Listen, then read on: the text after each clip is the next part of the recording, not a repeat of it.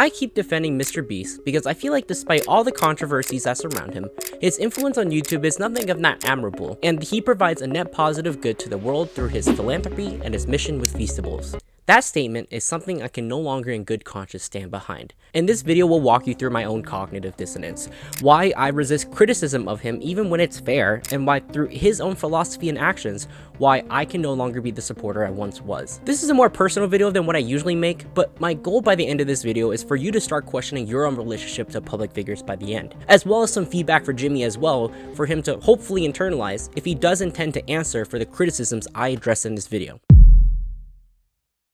Now, I'm going to assume you haven't watched this video for the sake of getting my arguments across, but this video by Dan Olson of Folding Ideas breaking down his experience being invited to MrBeast Studios is one of the most insightful videos I've actually ever watched, and this is one of the fairest videos that actually do criticize MrBeast quite well. Beyond just rehashing the same points and rephrasing it as my own commentary, what really drove me to actually make this video was a conversation between Matt Beat, better known as MrBeat on YouTube, and Dan Olson following their most recent interactions with MrBeast. You see, because while Dan's video was very in-depth, it was also very harsh as well, and this video activated the MrBeast fan in me, which was a reflexive impulse to counter all of his points with the facts that MrBeast does a lot of good as well. So here comes MrBeat, a history teacher covering politics and history who collaborated with MrBeast because of the fact that their names are so similar.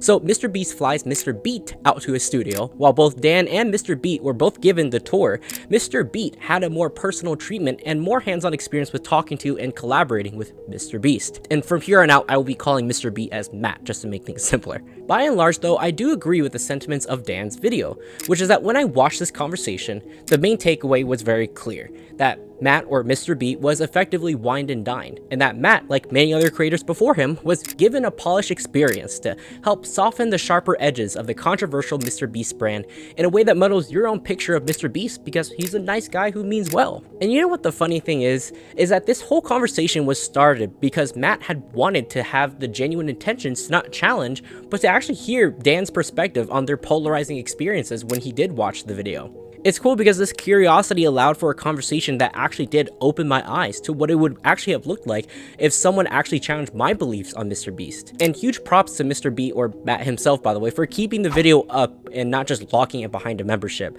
I think it's a testament more to Matt's character that he was willing to learn and let himself look less informed in order to let people see his concerns get addressed and in real time. And by the end of the video, he wasn't fully swayed or changed over as well, but you could see the cogs in his mind slowly shift and turn as Dan presented more information. Because Dan, oftentimes repeating sentiments from his main video, reiterates in this conversation the soullessness of MrBeast content, and he discusses the extent of just how bad the scandals and the lawsuits are within the MrBeast brand. He gets the same ideas across, which is to say that MrBeast himself is a frictionless, chill guy whose actions and work culture speaks a different and much more systemic story about his insatiable desire to be the biggest channel by any means necessary. After watching this conversation, I couldn't help but feel like I was almost exactly like MrBeat. In fact, I'll go even a step further and say that I don't even need an all expenses paid for trip to even glaze him. My exposure to the press and negativity about MrBeast didn't really deter me from how I saw him, but this conversation did expose me to a concept that I started to become more familiar with. The word credulous, and by extension the word credulity, is the tendency for you to believe something as true. And this concept really started to internalize within me as I had made this video. And throughout this conversation, I was just reminded about how credulous MrBeat himself was, and by extension, obviously, myself as well. And that is because for as much as I consider myself to be a critical thinker who makes well thought out videos and thinks things through, my biggest blind spot for a long time was with MrBeast. Because I mean, for most of my adolescence, I grew up looking up to this guy who once was a kid in his room making YouTube videos, prepping for his history exam the next day, to now being the face of an entire media empire. So to me, it was so inspirational to the point where I would watch countless interviews of him, to the point where I would know the same exact questions that he would get tired by because traditional media never researches about what questions he's already asked. I would give him the benefit of the doubt because he does good things and to me he means well. Of course, by this point, by making this video, I of course had run out of doubts to lend to Jimmy for his benefit. So I started analyzing the doubts that were stuck in the back of my head to really answer this question. Maybe it's not a revelation for you, but I think it's still worth obviously stating that MrBeast content is very insincere. It doesn't come off like that, it very much is like that. Because I'm not going to dwell on all the things that have already been talked about, like his unsettling thumbnails, or the fact that he exaggerates many of his elements in the video for the camera, or that the content empire itself of MrBeast has just become overly very corporatized. The bigger thing at play though that Dan dove extensively into his video was the basic idea that MrBeast operates off the playbook of big for the sake of being big. In many videos I toured MrBeast studio, you'll see the whole wall of Guinness World Records, a live count of his subscribers, and a fake Twitter award that someone else gave to themselves that Jimmy apparently somehow has himself. And of course, a whole culture around his whole studio that reinforces a single idea, that you do not belong here if you don't believe that this will become a $100 billion company. Dan touches greatly on how in Beast games, Jimmy spends an absurd amount of money in not just prizes, which for the record could have been a fifth of the size and still achieve the same impact, but also that the equipment themselves were much more expensive than the Olympics. Dan ends his video by saying that he still doesn't know why he got invited to MrBeast Studios, because it's clear under this large bloated empire, in his words, that it's still ran by a bunch of dudes who don't really know what they're doing, and that through all of its lack of intentionality, his name somehow ended up on the list of creators that ended up being invited. MrBeast, as I know him through a parasocial lens, has mentioned many times that his driving force in his life is to make the best videos possible. There are posters everywhere in his studios that reinforce this idea, plus the fact that he sees his company as a $100 billion company. So it makes me want to ask, but to what end, Jimmy? MrBeast has done a lot of great things, no doubt about it. His charitable endeavors with Team Seas, Team Trees, and helping just so many people, not just in Africa, but in many parts of the world through his philanthropy channel. It just all is great, but it also doesn't ever feel like that's his actual focus with why he does what he does. Like with any well-intentioned creator, mine and many other people's goal in the world in making YouTube videos is to leave an impact on the viewer, with our secondary goal of course being to reach the widest audience possible to be impacted. For many that's entertainment, but for me it's just giving viewers who feel disillusioned with the world something more hopeful to chew on and real actionable takeaways from everything that we discuss. But Jimmy wants to make the best videos possible, and to him, reaching the widest audience possible is the primary goal, and leaving the impact of anything other than novelty is secondary to everything else. In his mind, the best videos are the 100 million view ideas, which naturally means that videos are created with the concept in mind and not with the story or substance coming first. It's not a new thought, it's something that's been talked to death by Dan and many other videos that criticize MrBeast for all the things that he does. How do you build a fandom? That's a question Dan was asked when he toured the studio, and one that he poignantly observes as you can see MrBeast's viewership steadily going down. You can see how clearly the appetite for his content is slowly decreasing, and at some point we all have to wonder if he's just going to keep digging at surface level ideas like world's strongest man versus robot and actually start building some depth. Jimmy has publicly stated that celebrities often know him only through their own children, and that he does want to broaden his content more to appeal to people like these celebrities or regular adults. But when his best ideas include $1 versus $500,000 plane ticket, last to leave circle wins $500,000, 1 versus $100 million car, and $1 versus $1 billion yacht, then it's clear that if this is all that Jimmy will ever be known for, then it's hard to see why anyone can sincerely and truly be a MrBeast fan through these videos alone. We all follow and subscribe to MrBeast collectively because who wouldn't like the chance to randomly win $10,000 in a random giveaway? His main core channel audience has predictably attracted the lowest common denominator of all people, myself and maybe you included. The biggest fans of MrBeast I found are really fans of just Jimmy Donaldson, a young upstart high school student turned into leader of a content media empire. People such as myself and people usually much older and much more business oriented than I am respect Jimmy for his YouTube game, and there are certainly plenty of diehard Jimmy Donaldson fans who would die to pick at his brains to get consulting advice to tell them that their YouTube channel will one day blow up if they keep making gaming videos with no audience in mind. But tying even all of these facts together, you'll find that you don't really see as many MrBeast true fans as there are just people waiting for the next handout, both creators and just regular people in mind. Perhaps MrBeast or Jimmy is just a victim of his own success. But then again, a victim also doesn't get to just choose who they surround themselves with, and Jimmy very much does choose.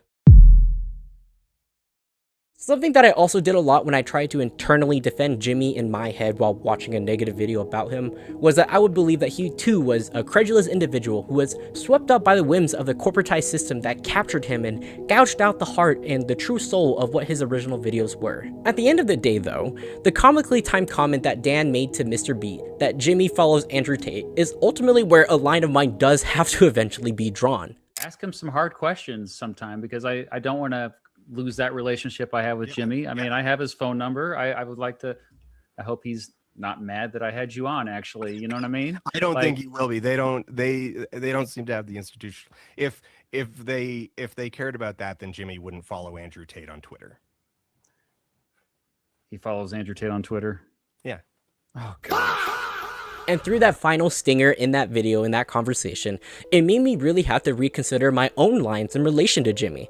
Does that mean that I was okay with the fact that he still continues to do business with continued and known scammer Logan Paul? Was I okay with him glamorizing Saudi Arabia, who was trying and thankfully failing to reinvent itself as a slave state? And that also his best friend at the time was Ava Chris Tyson, which I don't think I need to really explore that much if you're watching a video about MrBeast. All this aside, it's very clear that these are things I did let slide because I supported Jimmy, but at some point we all need to jump ship eventually and recognize our own credulousness of it all. And for media moguls such as him, honestly, I get it in some ways. You can't be successful in the business if you make enemies out of everyone. So it's just the active engagement of collaborating with them that to me just makes it feel so distasteful, although that's probably an opinion that every other chronically online person would probably also have to admit themselves. But all this circles back to the idea that we should really wonder and ask, what should the biggest YouTuber actually do? In the eyes of the wider YouTube community, outside of his comment section of whatever this is, it's clear he's perceived broadly as the symbol of late-stage capitalism on YouTube.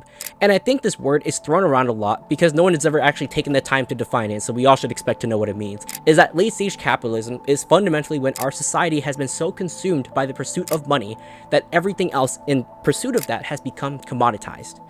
And also that billionaires are greedy and extract wealth rather than generate wealth, but that part of the definition doesn't really fit into the rest of this video. I make this detour into the wider world of capitalism because it is outright impossible to ignore this conversation when there are videos that literally say MrBeast is what Karl Marx and Fred Rogers warned us about. The main argument being made is that he truly is unaware of how comparing his work to Squid Games is identical in anything other than the mere fact that people die in the show. I've noticed that same thing too, that people would say compared to Squid Games a lot, but obviously with season 1, first off, we didn't kill people, but I feel like Jimmy doesn't realize that he's enabling a system where more and more people feel like they can't escape out of their situations besides being a MrBeast contestant. If that's not dystopian to you, then I don't know what is. Now, if I were MrBeast facing this criticism about being a capitalist and whatnot, what would I actually really do? Because I think a lot of videos that criticize him, and in all fairness they don't have to, don't really give realistic feedback or even talk about what he should do in a way that maybe me being credulous, but also me just wanting better about the #1 YouTuber in the world. Fact of the matter is, he has a very successful business, and many people who depend on him as well. He shouldn't just tear everything down because what he is doing is morally wrong and he should stop making videos entirely. That just is not going to happen, and people who think that, I feel like aren't thinking about the bigger picture at play. What I do suggest is that Jimmy does recenter his philosophy away from this idea of being the biggest in the world to something more profound and more impactful. Because if he is to leave a deeper legacy in the world, then he has the power to do so with the platform that he already has. MrBeast definitely watches a lot of his critique videos, and I am not above myself to hope that maybe he'll watch this one. Jimmy, if you are a deeply conscious person about your image, and you want to earn the respect of celebrities, regular adults, the chronically online critics, and the disillusioned people like me, it all starts with changing your philosophy on how you approach YouTube. I don't think you should stop making videos. They clearly do print money, and a lot of that money does fund your philanthropy and really awesome things that do benefit the world and do show novel and interesting things. Sure, they don't get views, but it also feels like you're doing that just to repair your image and that you're not really being creative about what this content could be. The videos you did where you saved pets and you built schools across the world are amazing, but they're very much clearly framed as not a 100 million view idea, and there's so much more imagination to be had about reframing that to be something more clickable. What is that exactly? I don't know. I'm not MrBeast, but MrBeast knows and probably has a better way of making that title more inventive to appeal to more people. I gave scientists $500,000 to cure cancer. that's an idea. And the thing about that is that this video can still go wrong in so many ways that could be unsatisfying, but that's also kind of the point of it, because millions of dollars given to science research to cure cancer, but we're no closer to solving it than we were before. At least that's what it feels like. But documenting the journey of where these scientists go with this extra funding and the journey it takes them along is a profound story in of itself, one that also shows that money just can't fix all these kind of problems, but that the effort to do so anyway triumphs the idea that we shouldn't try something at all because it's not going to be worth it monetarily. I gave 10 people $10,000 to make $1 million business. You can have people try to build a successful business, right, and make sure that it actually works and provides real value to the world. And then you can also have Shopify give you $1 million sponsorship just to see how these businesses do. There's so many interesting stories to be told of the possibility of what someone can face to build something real and meaningful, the systemic challenges that they face, and also the intricate problems that exist beyond just being stranded on an island. Survivor host Jeff Probst on Beast Games mentioned that MrBeast videos are a social experiment about what you would do for money. But I feel like that question isn't remotely as interesting as what you can accomplish with money, or even the lack thereof. Reframing yourself from being a $100 billion company as your focus, and having instead a better philosophy about bettering the world or making really impactful content is a really great start. It doesn't take away from the fact that you still did amazing philanthropic work, more than many other richer people than you out there are already doing. At some point, you do have to take responsibility for being the top creator and to set the standards for what the best YouTuber, not just in views, but in every other non-measurable way, can do. The audience is already telling you what that looks like as your viewership goes down to and plateaus at stable levels. Respectfully, the audience wants to see more people beat real challenges, not more contestants beating artificially made ones. This market cap for views of this game show format is finite at the end of the day, and you could do so much more than just running the next bigger, larger game show. You have the ability to afford a camera that you can only find the price of if it gets broken, so I think you can also afford to at least consider how to start making videos rooted in more reality. I want you to platform more movements of real change, platform people with great ideas that just need chances, platform incredible scientific developments, and see where that takes you. I mean, you can platform so many humanitarian efforts across the world and make that your true focus, and leave a bigger legacy that's bigger than just being bigger for the sake of being bigger. I think a lot of traditional media is fair to compare Jimmy to Walt Disney, or more so the company at least, because with the push to have toys and to have theme parks, it makes me wonder, to what end again, Jimmy? The goal of big corporations like Disney have metastasized way beyond their original founders to make good entertainment, and ultimately just serve themselves to be money-making machines, to be a bigger company, to serve and fill the wallets of people who don't deserve it. Your philosophy only drives home further the fact that you are a symbol of this late-stage capitalism. But with this incredible platform that you have the ability to spearhead real change and show that there is perhaps something beyond late-stage capitalism, and you can set the standards for that. Why do I keep defending MrBeast? Well, I feel like I've been defending the idea of Jimmy more than Jimmy himself. The idea that someone can build something that enormous and still mean well, to me, is admirable. The idea that success at scale can exist at the same time as good intentions without swallowing one another is something I wanted to believe in. I want this idea to be true because I need it to be true for my own reasons about my belief and naivety about the world, maybe. And that perhaps is exactly what credulity looks like in practice. The funny thing about credulity is that it doesn't feel like blind faith from the inside. It feels like loyalty. It feels like giving someone the benefit of the doubt because they've earned it. And for me, Jimmy did genuinely earn it at one point in time. But at some point, the doubts I kept lending him stopped coming back, and I had to ask myself what I was actually still defending. I'm not here to tell you to stop watching his videos. I'm not even here to tell you that he's a bad person, because I don't think he fully is. I'm here because I spent years being the person that defended him, and I think that person deserved to be challenged a little bit more than he was, including by himself.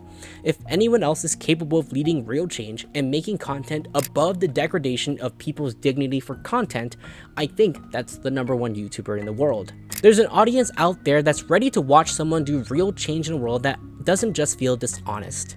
And right now, Jimmy, as someone who still likes you in many ways, every public appearance you have just feels more and more filtered. And as a person, I understand the desire to protect yourself from the whims of the internet, but as the face and symbol of your whole operation, I'm sorry, but you have also just put this on yourself, and you too have the responsibility to set the stage for the platform that you currently lead. I can't ask you to stop making your content, as a person who understands that's just not possible. But what I do ask is that you do seriously just look into yourself and really sincerely ask, to what end will my version of success actually look like? A lot of people get flack over whether or not you should do good things and document them, and you have mentioned how you've done many great things and that you don't document them, and if you bring them up, you know that you will face backlash regardless. But it all comes down to intention, and your philosophies currently do not align with your intentions. To you, the viewer, I do want to ask you the same questions I was asking in this video. To what end do you think Jimmy's goal is with being a $100 billion company? How do your opinions hold up of him, whether it's positive or negative, after watching this video? At the end of this video, I want you to ponder again this idea as well. To what end do we all chase what we want to do? I think there's a really profound discussion to be had here, and I want you to let me know your thoughts in the comments down below. Let me know what you think.